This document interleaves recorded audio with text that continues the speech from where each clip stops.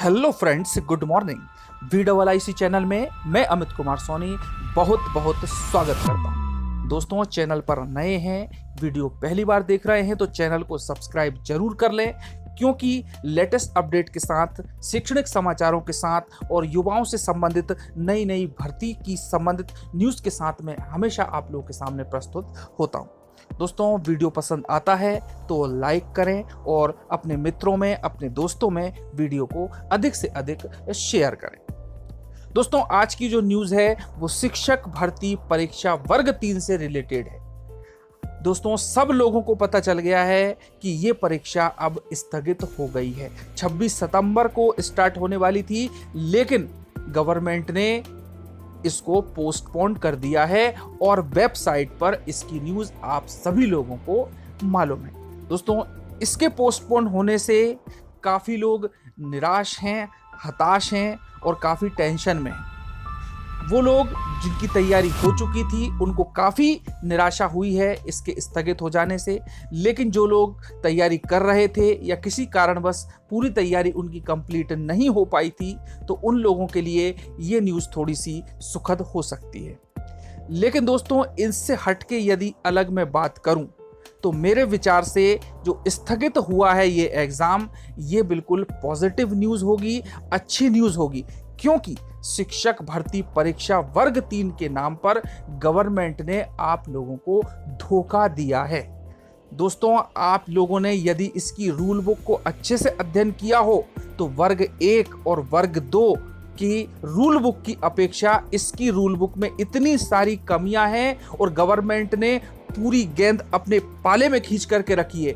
ये भर्ती परीक्षा नहीं है, ये केवल पात्रता परीक्षा के नाम से गवर्नमेंट ने आपको ये लड्डू दिया है। दोस्तों, मैं आपको एक एक पॉइंट बताऊंगा, एक एक बात बताऊंगा कि क्यों आखिर ये मात्र पात्रता परीक्षा बनकर के रह गई है, जबकि वर्ग 1 और 2 पात्रता परीक्षा होने के साथ साथ ही भर्ती परीक्षा भी थी। तो आइए दोस्तों, स्टार्ट करते हैं हम, आखिर ऐसा क्यों है। दोस्तों, चूंकि वर्ग 1 और वर्ग 2 में सेम प्रकार की रूल बुक है, उसके नियम सिमिलर हैं, इसलिए हम एक तुलनात्मक अध्ययन करेंगे वर्ग 2 का और वर्ग 3 का। उससे आप लोगों की आंखें खुली की खुली रह जाएंगी कि दोनों में कितना डिफरेंस है, कहां एक पात्रता परीक्षा मात्र बन के रह गई है और दूसरी जो है एक भर्ती से संबंधित है। तो दोस्तों, आइए स्टार्ट करते हैं। सबसे पहला पॉइंट है पदों की संख्या। दोस्तों, देख सकते हैं आप कि ये रूल बुक है वर्ग 2 की, अध्याय 1 माध्यमिक शिक्षक, पदों की संख्या बिल्कुल क्लियर है 5670। और दूसरा पॉइंट है हमारा पदों का वेतन। वेतन के संबंध में माध्यमिक शिक्षक और न्यूनतम वेतन रुपए 32,800 प्लस महंगाई भत्ता। देख सकते हैं दोस्तों, लेकिन वर्ग 3 में इस टाइप का कोई पॉइंट्स ही नहीं है। आप बिल्कुल, ये सबसे बड़ा प्लस पॉइंट है वर्ग 2 के एग्जाम का। और इसी प्रकार से वर्ग 1 में भी पदों की संख्या और आपका वेतनमान दिया हुआ है, लेकिन वर्ग 3 में निल है।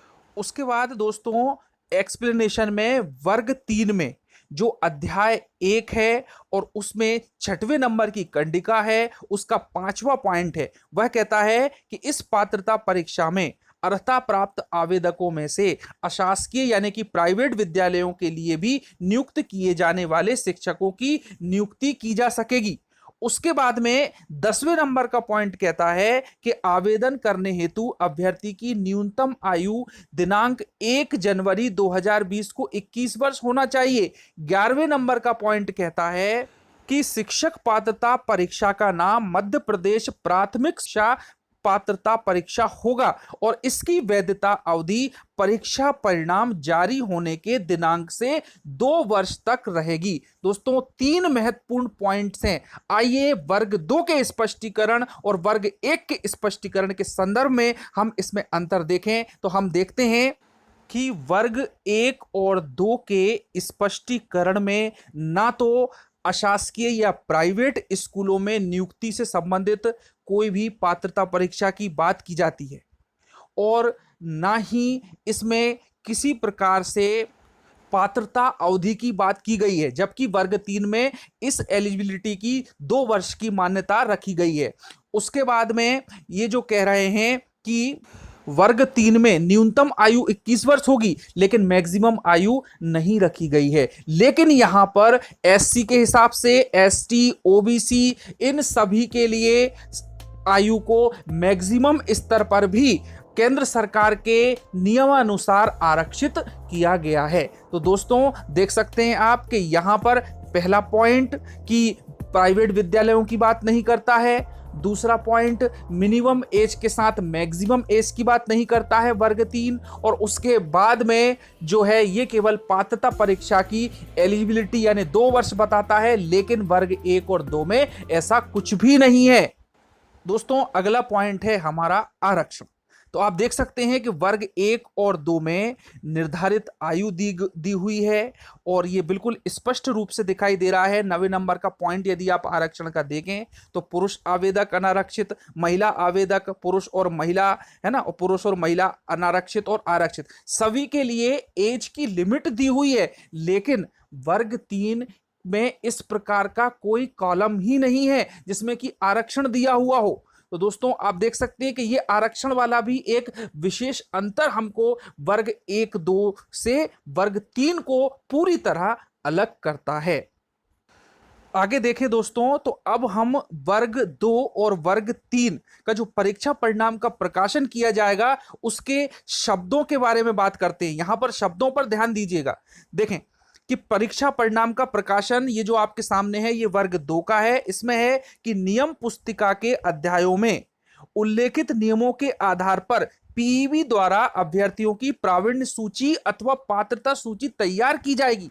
दोस्तों यहां पर प्रावीण्य सूची से मतलब मेरिट लिस्ट से है। जब पद होंगे तभी मेरिट लिस्ट बनेगी, तभी तो प्रावीण्य सूची बनेगी, नहीं तो पात्रता मात्र एलिजिबिलिटी अंकों के आधार पर केवल उसको पात्र या अपात्र घोषित कर दिया जाएगा। तो दोस्तों ये वर्ग 1 और 2 में बिल्कुल क्लियर है कि यहां पर पदों की संख्या स्पष्ट है, इसलिए यहां पर पात्रता के साथ साथ प्रावीण्य सूची भी दी गई है।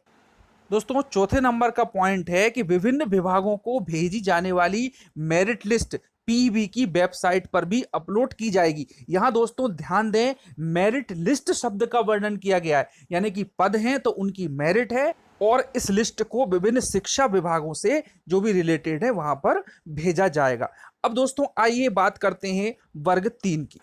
देखिए दोस्तों यहां पर परीक्षा परिणाम का प्रकाशन, शब्दों पर ध्यान दीजिएगा कि नियम पुस्तिका के अध्यायों में उल्लेखित नियमों के आधार पर पीईबी द्वारा अभ्यर्थियों की पात्रता सूची तैयार की जाएगी। वहां पर वह मेरिट लिस्ट की और प्रावीण्य सूची की बात कर रहे हैं, यहां पर पात्रता सूची की बात कर रहे हैं और ये अध्याय 2 के 12 नंबर के पॉइंट में दिया हुआ है। आप रूल बुक देख सकते हैं। उसके बाद में ही वर्ग 3 के परीक्षा परिणाम का सुन लें, जो कि 13 नंबर पर है। बोर्ड द्वारा जारी किए जाने वाले परीक्षा परिणाम में लिखित परीक्षा के अंकों के आधार पर केवल आवेदकों का क्वालिफाइड अथवा डिसक्वालिफाइड स्टेटस ही अंकित होगा। इस परिणाम में श्रेणीवार, संवर्गवार, समेकित क्रम भी अंकित नहीं करेंगे। दोस्तों वर्ग 1 और वर्ग 2 में श्रेणीवार, संवर्गवार और जो आपकी मेरिट लिस्ट आई थी आप लोगों ने भी देखा है कि बिल्कुल स्पष्ट स्थिति थी। श्रेणीवार था, संवर्गवार भी था, कौन कौन से सब्जेक्ट हैं, कौन कौन सी कैटेगरी हैं। लेकिन वर्ग 3 में केवल पात्र और अपात्र ही लिखा जाएगा और जिसकी अवधि 2 साल के लिए मात्र होगी।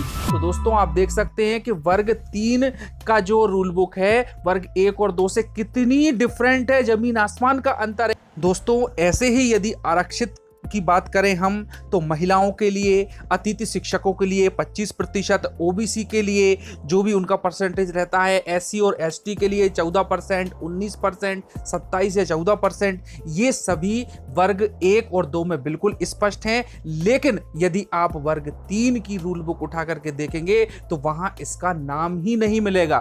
तो आप लोग देख सकते हैं दोस्तों कि बहुत ज्यादा अंतर है और ये अंतर ही आप लोगों को परेशान करेगा बाद में, क्योंकि जब आप इसको पात्रता परीक्षा को पास कर लेंगे तो फिर आप उनसे कहेंगे कि भाई पद है, मेरिट है, आप उसको रिवील करिए। तो ना तो पदों की संख्या है, ना ही कोई मेरिट लिस्ट बनेगी। अब गवर्नमेंट कहेगी कि या तो आप अशासकीय प्राइवेट स्कूलों में काम करें, या फिर जो 2 साल के अंदर यदि भर्ती कोई आ जाती है तो हम वो निकालेंगे, तो फिर आप आवेदन करना, और उन आवेदनों के बाद में फिर आपकी मेरिट लिस्ट बनेगी। तो आप दोस्तों सोचो कि वर्ग 1 और 2 की जब ये नियुक्ति नहीं दे पा रहे हैं तो वर्ग 3 को ये कहां तक ले जाएंगे दोस्तों। 4 साल लग सकते हैं, 5 साल लग सकते हैं, और उसके बाद में ये 2 साल की एलिजिबिलिटी खत्म भी हो जाएगी और फिर से एग्जाम कंडक्ट करवा दिया जाएगा, और गवर्नमेंट आप लोगों से वापस फीस के नाम पर अपनी झोली भरेगी। तो दोस्तों बिल्कुल सतर्क रहें, और इसके लिए हमको क्या करना है कि पूरा का पूरा रूल बुक में आमूलचूल परिवर्तन होना चाहिए। अब स्थगन होना इसलिए अच्छा है कि ये जो टाइम पीरियड मिला है इसमें हमको आंदोलन करना पड़ेगा कि आप रूल बुक को वर्ग 1 और 2 के जैसी बनाइए, पदों की संख्या स्पष्ट करिए, वेतनमान क्लियर करिए, और एलिजिबिलिटी पात्रता की शर्त को भी अलग हट करके रखिए। तो इस प्रकार से ही हम वर्ग 3 में सर्विस पा सकते हैं, नौकरी पा सकते हैं। नहीं तो वर्ग 1 और 2 जबकि वहां पर सब चीजें क्लियर थी, नियुक्ति नहीं दे रही है सरकार, तो वर्ग 3 को तो मात्र एक पात्रता परीक्षा ही बना करके रखा है। तो दोस्तों आंदोलन करना है, इस बीच में टाइम मिल गया है, अच्छा हुआ है कि स्थगन आ गया है। तो आइए दोस्तों स्टार्ट करें हम आंदोलन करना, जगह जगह पर ज्ञापन दें। अभी चुनाव है तो निश्चित रूप से गवर्नमेंट सुन सकती है, रूल बुक में कुछ परिवर्तन हो सकता है। जब तक कि पदों की संख्या स्पष्ट नहीं होगी तो मेरिट लिस्ट नहीं बनेगी, मेरिट लिस्ट नहीं बनेगी तो आप लोगों की नियुक्ति कैसे होगी। तो दोस्तों ये इंपॉर्टेंट पॉइंट्स थे कि इसमें बहुत ज़्यादा अंतर है। तो बिल्कुल किसी भी प्रकार के अंदेशे में ना रहें कि ये जो है आपकी नौकरी इसको करने के बाद में लग ही जाएगी। तो दोस्तों मिलते हैं नए वीडियो में, तैयारी करें बिल्कुल आंदोलन की, मेरे साथ बने रहें, और चैनल को सब्सक्राइब जरूर कर लें, शेयर करें, लाइक करें। धन्यवाद, जय हिंद।